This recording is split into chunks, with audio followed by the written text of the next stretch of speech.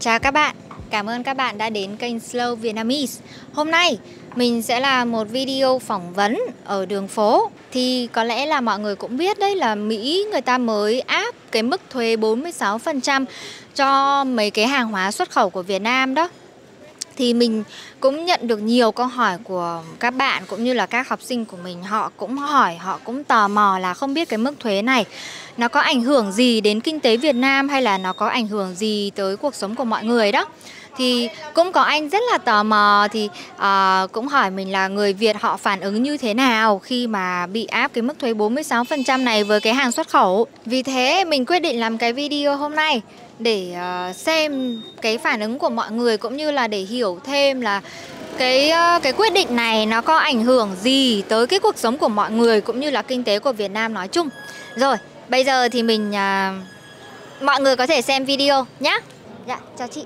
Vâng, chị ơi, em có một cái kênh YouTube để cho các bạn nước ngoài học tiếng Việt á. Và bây giờ em đang làm một cái video để phỏng vấn mọi người về cái ý kiến của mọi người về cái quyết định thuế mới của ông Donald Trump á. Thì không biết là chị có thể cho em xin vài phút để phỏng vấn được không chị? Chị đâu có rõ về vấn đề đó. Dạ vâng, em cảm ơn chị. Vâng. Chào em. Em có thể cho chị xin vài phút được không? Dạ không, em Cảm ơn em. Cảm ơn em. Rất là khó tại vì ở Việt Nam không có nhiều người ta muốn nói về chính trị. Mình chỉ hỏi mọi người là mọi người nghĩ gì về cái kinh tế của Việt Nam sau khi cái quyết định tăng thuế cho hàng xuất khẩu của ông Trump thôi.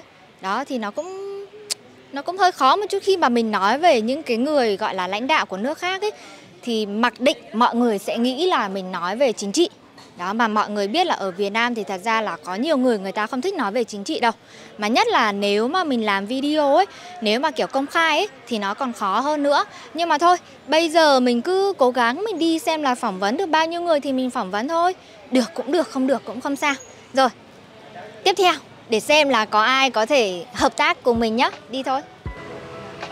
Thì bây giờ em đang làm một cái video phỏng vấn mọi người về cái ý kiến của mọi người về cái quyết định mà Mỹ áp thuế 46% với cả hàng xuất khẩu của Việt Nam đó. Thì em có thể hỏi chị một chút về cái vấn đề đó được không chị? Em hỏi, có chị biết thì chị trả lời, còn Dạ, chị không vâng. biết. Chỉ là em hỏi cho mọi người học tiếng Việt thôi. Chị nghĩ là chắc là hơi khó khăn cho thị trường xuất khẩu của Việt Nam. Dạ. Tại vì chị mới cùng nghe một thông tin anh em đồ đi làm cũng bị đơn hàng bị giảm suất đó. Là những cái ngành xuất khẩu của Việt Nam là gặp khó khăn, gặp khó khăn rồi đó. Không biết tương lai thì sẽ như thế nào, không biết có thay đổi được gì không đây. Thế chị nghĩ là cái quyết định này nó có ảnh hưởng đến công việc của chị không? Chắc có chứ.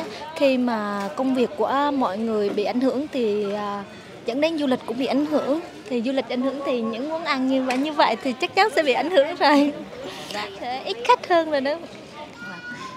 Thế là nhà chị bán hàng ở đây hả chị? Quán cơm gà. Vâng, em cảm ơn chị nhiều. Em chào chị ạ. Dạ vâng, em cảm ơn. Thì em muốn hỏi ý kiến của mọi người về cái sự ảnh hưởng của cái mức thuế mới mà Mỹ áp cho Việt Nam 46%, liệu nó có ảnh hưởng gì đến cái kinh tế của mình cũng như cái công việc của anh không ý ạ? Dạ, vâng. Vâng, thôi anh bán hàng đi, em cũng không muốn làm phiền anh. Dạ, vâng. Dạ. Vâng, em cảm ơn. Dạ. Có một cái cũng buồn cười ấy, đấy là mình muốn hỏi mấy người bán hàng ấy là cái quyết định thuế này nó sẽ ảnh hưởng tới mọi người thế nào. Thì mình cũng cố gắng hỏi mấy người mà người ta đang không có khách ấy. Thì mỗi lần mà mình đi ra đấy mình hỏi người ta thì người ta lại có khách. Thế là mình cũng không hỏi được cái gì. Đấy, thế thôi, nhưng mà có lẽ mình hỏi khoảng 4-5 người rồi thì vẫn chưa có được ai phỏng vấn, có lẽ mới có một chị thôi. Thôi thì cố gắng nhé, tại vì nếu mà mình không phỏng vấn đủ ít nhất là 5 câu trả lời ấy thì chắc là mình cũng phải đi vì cái chủ đề này nó cũng hơi nhạy cảm mà. Thôi, tiếp tục nhé. Vâng, em cảm ơn chị. Vâng. Chào anh. Chào anh. Hey, hello. Hey, Dạ, con chào chú. Chú ơi, con muốn hỏi chú là nếu mà con có thể xin chú một vài phút để phỏng vấn được không chú? Phỏng vấn nội dung. Dạ, vâng. Thì thật ra mà nói là con có một cái kênh YouTube để cho người nước ngoài học tiếng Việt ấy ạ. Thì thật ra mà nói con cũng có một số học sinh là các bạn là người nước ngoài á. Các bạn ấy cũng đang hơi lo ngại cho Việt Nam mình sau khi mà nghe cái tin mà Mỹ đánh thuế 46% cho hàng xuất khẩu của Việt Nam ấy ạ. Thì con chỉ muốn hỏi chú là chú nghĩ gì về cái quyết định này, nếu mà nó có ảnh hưởng gì đến cái kinh tế của Việt Nam mình cũng như cái công việc của chú không ạ? Theo chú nghĩ, chú thì không nắm được nhiều cái thông tin về chính trị xã hội, nhưng mà chú nghĩ đơn thuần của một người dân á, là rõ ràng với cái mức thuế 46% này á, thì không những riêng Việt Nam mà tất cả các nước đều chịu cái mức thuế của Tổng thống Trump đều bị ảnh hưởng. Và cái nền kinh tế toàn cầu nó có khuynh hướng nó bị suy thoái là chuyện rất là rõ ràng. Còn trong cuộc sống thường nhật hàng ngày ở đây thì rõ ràng tụi chú cũng ảnh hưởng. Bởi vì á, cái thực tế sau khi cái mức thuế mà 46% mới rục rồi, không biết đã áp dụng chưa. Nhưng mà giá cả thị trường nguyên liệu, tất cả những thứ mà chú mua vào để làm á, đều lên giá khủng khiếp. Nhưng mà cái giá mình làm ra cho khách hàng thì mình không thể thu cao hơn. Bởi vì đời sống của dân họ rất khó khăn. Cho nên nhá, từ chỗ đó chính cái nghề của mình cũng bị ảnh hưởng và cũng kéo theo, cũng gây các khó khăn cho bản thân mình luôn. Dạ, con cảm ơn chú. Chú có thể cho con hỏi công việc của chú, giống như chú nói về những cái nguyên liệu mà chú phải mua vào ấy ạ, mà nó bị tăng giá, thì chú có thể cho con hỏi cái công việc của chú là việc gì được không ạ? Chú ở đây là cái nghề của chú là bán kính và làm chìa khóa, bán khóa và làm chìa khóa. Nhưng mà trong 2 ngày vừa rồi á, giá của cái hàng hóa mà chú mua vào, như là có cái lỗ khóa chú mua vào, hoặc là cái phôi chìa để chú mua chú làm cho khách á, nó tăng giá đột biến.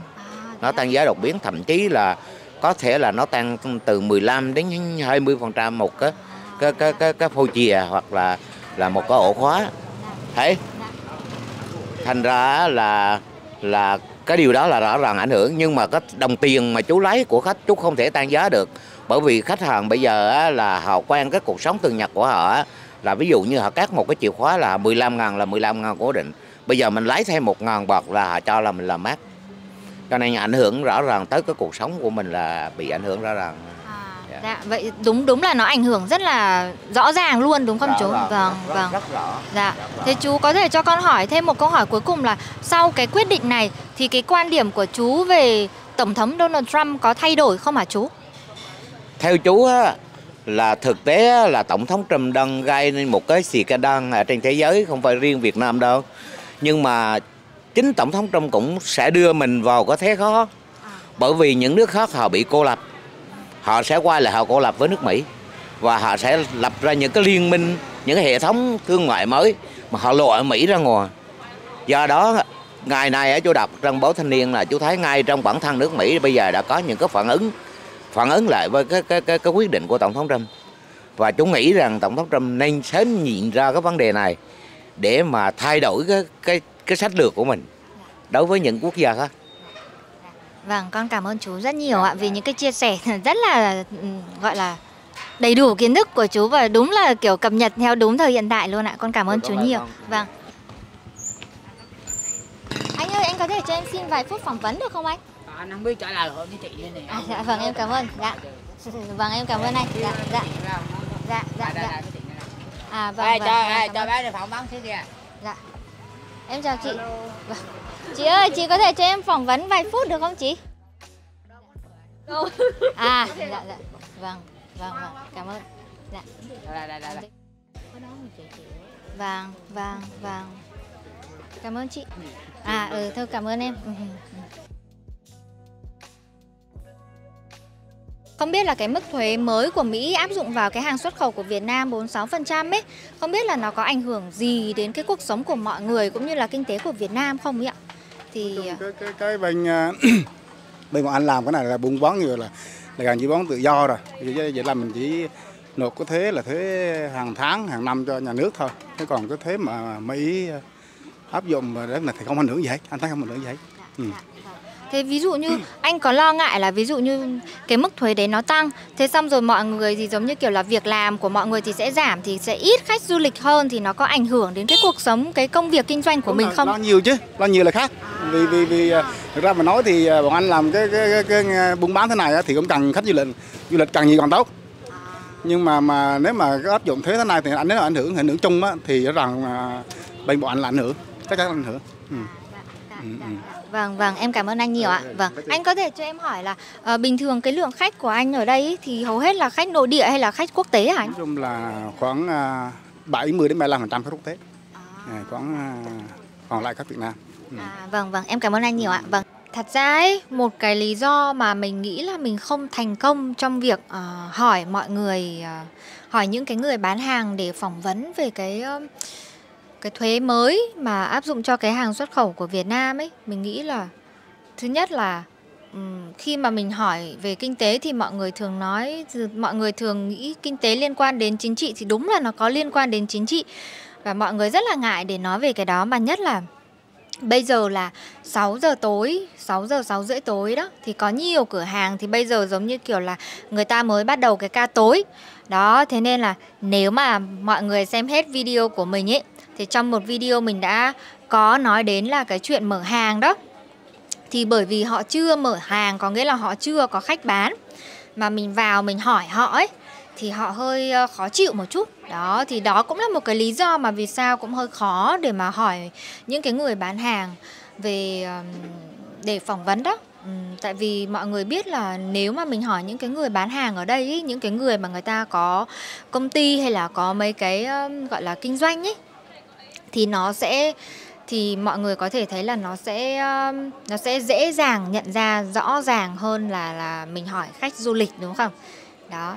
Nhưng mà thôi không sao, mình nghĩ là có lẽ là mình không thể hỏi thêm ai được nữa, vì hỏi rất nhiều người rồi. Thì có người thì họ không muốn trả lời, và cũng có người thì họ nói là họ không biết gì. Đó, thì thôi tóm lại là có lẽ bây giờ mình sẽ cố phỏng vấn thêm 1-2 người nữa. Nếu mà không được thì thôi. Mình biết là trong cái video này nó không như mình muốn, nó không như mình mong đợi, nhưng mà dù sao thì mình cũng cố gắng rồi. Không phải lúc nào mình cũng có cái kết quả mình muốn được. Dù sao thì cũng mong là mọi người có thể học một chút từ cái video này. Nói chung là một vài từ như là kinh tế hay là thuế hay là nhập khẩu xuất khẩu, đúng không? Rồi, vậy bây giờ mình sẽ cố gắng phỏng vấn thêm một số người nữa nhé.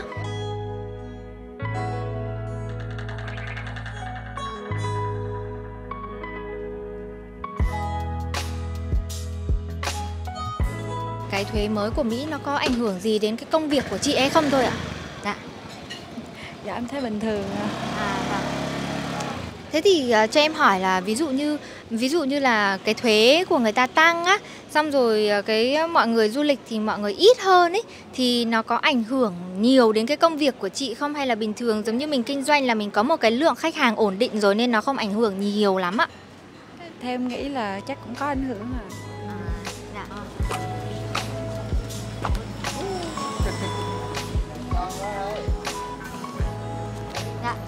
Em chào anh. Anh ơi, anh có thể cho em xin vài phút phỏng vấn được không anh? Dạ, vâng, xin lỗi anh, vâng, cảm ơn anh. Phỏng vấn được không ạ? Định phỏng vấn em hỏi cái gì? Không, em chỉ hỏi bình thường thôi, Thật ra em đang làm một cái kênh YouTube để cho người nước ngoài người ta học tiếng Việt ấy.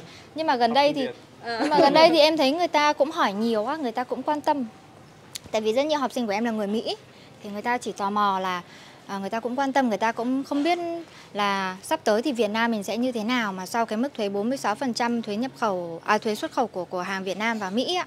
Đó, thì mọi người cứ hỏi là không biết được là cái cuộc sống của mọi người ở đây nó như thế nào, kinh tế nó sẽ như thế nào, hoặc là có bị giống như kiểu là ít việc hơn rồi ít khách hơn, hay là cuộc sống nó khó khăn hơn không ấy ạ. Đó, thì em có thể hỏi chị một số câu hỏi về cái chuyện đó được không ạ? Vâng. Thì chị nghĩ gì về cái mức thuế 46% mà Mỹ người ta mới đưa ra cho cái hàng xuất khẩu của Việt Nam ấy ạ? Thì hiện tại thì mình có theo dõi nhưng mà có vẻ như là vẫn chưa áp dụng. Thì sắp tới thì mình cũng đang theo dõi tin tức coi sắp tới thì nếu mà khi mà chính thức con số chính thức là bao nhiêu, và mình cũng hy vọng là nó sẽ không quá cao để ảnh hưởng đến những công việc của mọi người. Vậy thì chị có thể cho em hỏi, nếu mà ví dụ như người ta áp cái mức thuế cao hay là thấp thì nó có ảnh hưởng đến cái công việc của chị không? Về công việc của mình á, thì hiện tại là không ảnh hưởng. Còn trong tương lai thì mình chưa biết.